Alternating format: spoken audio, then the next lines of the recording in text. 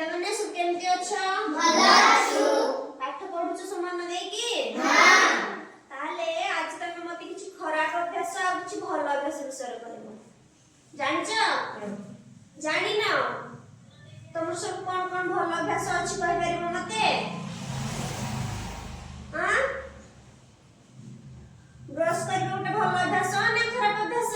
ଭଲ ଅଭ୍ୟାସ। ତେଣୁ ସେମିତି କିଛି ଉଦାହରଣ ମତେ ଦେଇପାରିବ? ତାହେଲେ ତମେ କହିଲ ଗୋଟେ ଭଲ ଅଭ୍ୟାସ।